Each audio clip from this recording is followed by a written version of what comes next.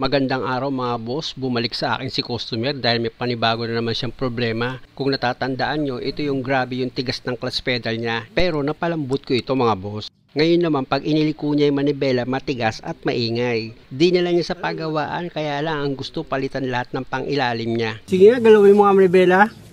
Galawin mo nga. Kaya ang gagawin ko dyan, hahawakan ko yung bawat pyesa nito sa pangilalim niya para malaman ko kung saan nanggagaling yung ingay. Habang pinipihit-pihit ni customer yung manibela. Kasi Narinig niyo mga boss, nagre-reklamo si customer sa tigas ng manibela niya pag pinihit. lumalagutok-lagutok din ang ano eh, pag lalapit. Sige, doon ka lang, doon ka lang. Sige. Sige. Kamay. Sige, okay lang.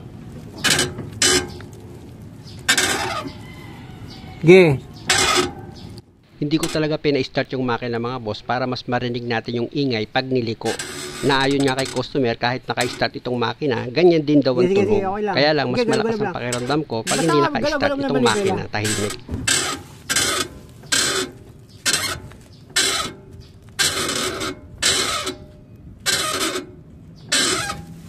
Dinalawang kamay ko na yung pag-check up dito sa lower ball joint mga boss kasi dyan yung pakiramdam ng kamay ko na pinanggagalingan ng ingay at tigas ng manibela kapag pinipihit. Teka lang mga boss, medyo nangalay na ako. Medyo unat-unat muna ng kamay tapos ito na mga boss, pakiramdaman ko na ulit itong ball joint ko sa baba. FYI mga boss, walang budget si customer. Ang gusto niya lang mapinpoint ko yung pinanggagalingan ng ingay nitong sasakyan niya.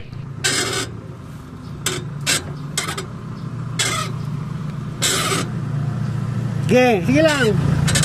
Oh, sige na. Tapos na problema mo. Portal lang yan. Ball joint sa baba. Palitan natin. Hindi. Tras mo rin. Gusto ko sanang palitan itong ball joint mga boss, kaya lang nung inangat ko itong gulong at chinek up ko yan, wala siyang kalog. Ibig kong sabihin, walang problema dito sa lower ball joint. Ang possible niyan mga boss, tumigas lang itong grasa niya sa loob dahil nga sa napasukan siguro ng tubig yan. Tapos kinalawang, kaya tumigas ipihit itong manibela. Pag ganyan mga boss, i-pre-up ko na lang itong ball joint para hindi na mapagastos si customer. Ayon nga kay customer, napagrasahan niya na raw ito. Ang tanong, paano kung barado yung fitting o kaya marumi yung loob ng ball joint? Hindi makakapasok ng maayos yung grasa. Tapos hindi siya makakapag-penetrate dito sa loob ng ball joint. Kaya ang mangyari, nandun pa rin yung ingay. Kaya ang susunod na hatol, papalitan na itong ball joint. Si customer, kulang na kulang sa budget. Paktay. Pag ano, pinanood ko yung gawa nito eh. Oo. Kaya sabi ko punta ako rito. Ayun, nabutan ako rito. Sabi niya, hindi, ano muna, message mo muna. Sabi ko, hindi, puntahan ko lang para sigurado. Na-tsempuhan ko ganyan. Hindi ako bumiyahe. Luwagan ko itong nut dito sa tie rod mga boss. Tapos gamit ako ng ball hammer. Paluin ko itong steering knuckle para bumitaw itong tie rod. Ayan mga boss, kung nakikita nyo, bumitaw na itong tie rod. Tatanggalin ko yan dito sa steering knuckle, itong tie rod, para itong ball joint, ma-pre-up ko yan. Ito nga mga boss, kung makikita nyo, pinihit-pihit ko itong rotor disc niya para itong ball joint, mapakiramdaman ko kung meron siyang kalog. So far, wala naman siyang problema talaga. Tapos ito namang manibela, ipapapihit ko yan kay customer kung meron siyang ingay kasi dinidiin ni customer itong steering box niya. Basta mapipihit mo, walang problema. Oh, di ba? Pansin mo, wala lamang sira, di ba? Wow. Nawala. Di ba? Wala ingay. Oh, ang ingay, ibig sabihin nandito. Oh. Di ba naniwala ka na? Kung ano tinuturo mo sa akin. Nawala yung Pinagamit ako lang nga ng kamay ko, pinapakiramdaman ko lang nga na ganun. Nang mahika. Kung ano pa tinuturo. Ano dito, yan ang tigas. Wala naman siyang kalog eh. Ano yun, dapat grasahan yan? Pwede ito, grasahan lang ito, makukuha ito eh. Di ba? Kung ano tinuturo. Binaklas ko yan, ginanyan ko. Pinaikot-ikot ko. Di ko man alam kung anong gagawin ko. Sabi nga ni customer, yung mga pambelt niya dito sa makina, hinigpitan niya na lahat eh. Nakita ko naman, inayos niya na nga. Ito nga, narinig ko, di ba, binaklas niya rin daw to, kaya lang hindi niya alam yung gagawin niya. Hindi niya alam, ayan na yung problema. Ito yung gumagawa, tinuturo niya para yung may-ari, binibigay idea. Yung iba, gawa lang ng gawa, wala akong pakialam dyan. Eh, hindi na babalik sa'yo pagka... Yung gusto lang nga niya, yung iba kasi gusto makalamang. Gusto nila sila lang lagi may alam, parang pag may sira, dapat tuturo mo rin. Ito, pakita mo itong yan ako, ito, yan. Palagyan mo ng grasa yan. Pinalagyan ang mga sa pinalagyan mo na to? Sa shell, sa shell. Narinig nyo, pinalagyan niya na ng grasa. Ang tanong, napasukan ba naman? Kaya ang gagawin ko dyan, isprayan ko yung loob ng ball joint ng penetrating oil. Para yung kalawang sa loob nitong ball joint, pati yung dumi niya at yung grasang tumigas matanggal. Para na yan eh. Pag inispray nyo ng penetrating oil itong ball joint mga boss, tanggalin nyo yung grease fitting niyan. Babataas nitong ball joint mga boss, inisprayan ko na yan ng penetrating oil para silang malinis. Tapos wag nyo kalimutang ibalik yung grease fitting niya. Wala namang kalug eh. So palitan? Hindi kasi ako kausap eh. Tingnan nyo mga boss, isprayan ko ng penetrating oil yan, yung dumi niyan maglalaglagan, pati yung kalawang. Tapos pag pinihit-pihit ko na itong rotor disc niya, medyo lumalambot na siya dahan-dahan. Hindi katulad kanina, habang pinipihit ni customer yung manibela, talaga nagpapambuno sila sa tigas eh. E di lalo na kung hindi pa ito power steering, lalo nang mahirapan si customer sa pagpihit ng manibela niya. Ito nga mga boss, habang ini-sprayan ko itong loob ng ball joint, pinaghalong grasa na itsurang putik na may halo pang kalawang yung lumalabas. Kaya talagang titigas at iingay ito pag niliko. Lumambot na oh. Ganyan, tigas eh. Yung grasa kasi minsan tumitigas din yan eh. O, pero kahit na ganito ko na to, palalagyan mo pa rin ito ng grasa ha. Sa nangyari kasi dito mga boss, oo nandun na tayo na palagyan na nga ni customer ng grasa. Ang tanong, pumasok ba naman sa loob ng ball joint yung ipinalagay mo na grasa? Kasi mga boss, yung fitting nagbabara yan. At kung hindi man barado yung fitting, yung ball joint mismo, tumitigas doon yung grasa. Hindi na rin makapasok yung malambot na grasa na ipapasok sa loob. Kita nyo, lumalabas sa kamay ko, putik talaga siya na grasa. Minsan kasi yung mga customer, kampante na akala nyo napasukan ng grasa. Natapos ang isang buwan, negative ka pa rin. Dahil nga yung grasa, hindi nakapasok.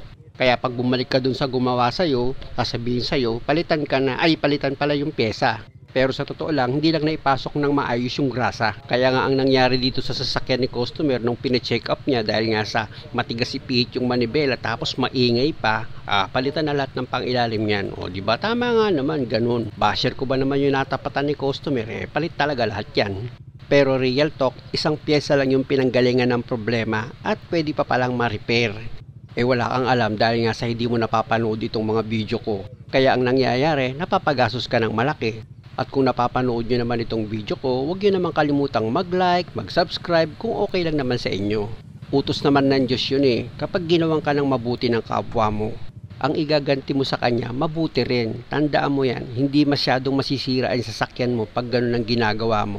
Kaya doon sa mga viewers ko na pag nag-comment sasabihin niya sa akin na no skip daw siya pag nanood ng video ko, pati ads pinapanood niya at yung iba naman nagpapasalamat sa paggawa ko ng video at pag-share. Tandaan nyo mga boss, pagpapalain kayo ng Diyos kasi marunong kayong tumanaw ng utang na loob. Utos ng Diyos yan yung pag nakakita ka ng gumagawa ng mabuti tapos pinapasalamatan mo, hindi mo siya sinisiraan bagkus natutuwa ka, tandaan mo, hindi ka pagkukulangin ng Diyos sa araw-araw. Maraming salamat sa inyo.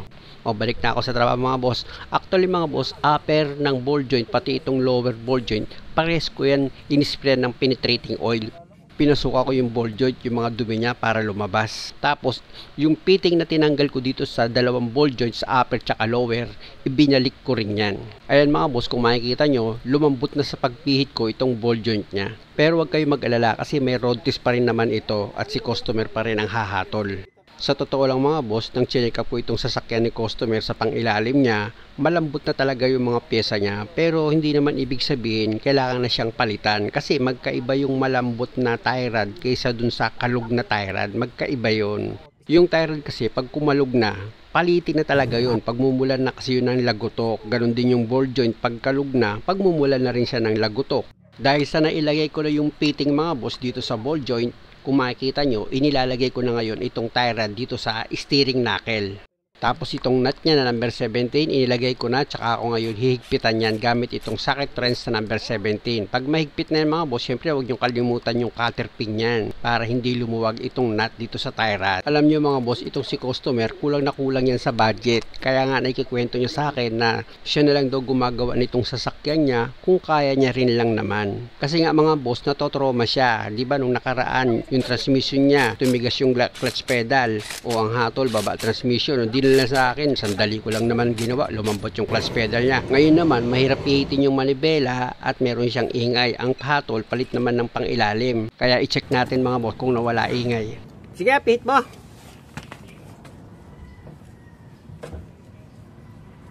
Hindi mapit. Sige, pasok sa loob para mapit yung manibela. Baka nakalak na naman. Kanina kasi mga boss, pinihit niya yung manibela, nakalak pala. Kaya dalawa ginagawa ko dito itong sasakyan tsaka siya. Pero joke lang yun. Maganda kasi pag ganyan. Oh, pero wala nang ingay. Hindi na lumangit dito. Oh, di ba? Oh. Kanina, pagka ginagano. Oh, di ba? Kasi pag umaandar, mas maano atang ingay. Mas malakas ba pag umaandar? O mas maganda pag patay makina? Patay makina, para halos parehas. Sige, start mo para di ka mahirapan magpihit. Kala ko kasi mas Oh, sige, pihit mo na ngayon. Sige. Oh, di ba? Tama yung hinawakan ko, yung talaga yung pinanggalingan ng ingay. Ah, di ba?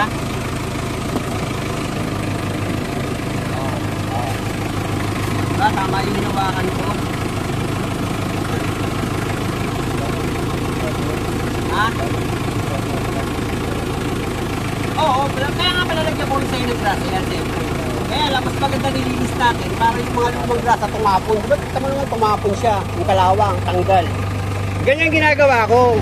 Inispirahan ko muna ng penetrating oil. Gepit. O ano, nawala ano?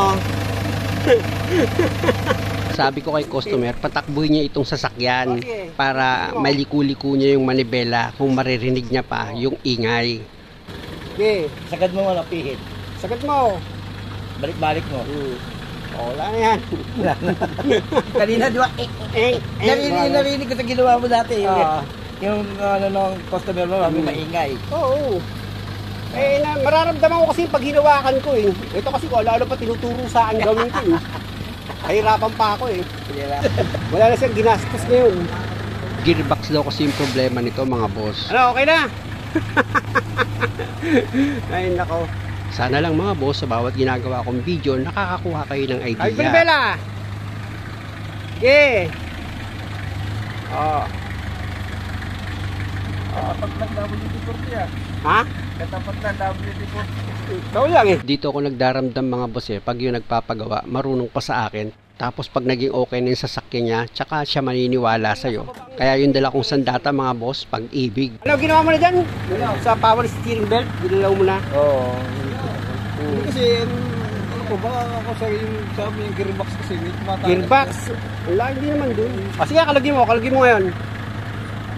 Pinakalog-kalog dahil malakas daw ang ingay, wala na yan.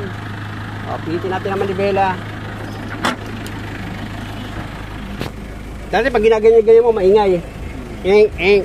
O, ano yun, o?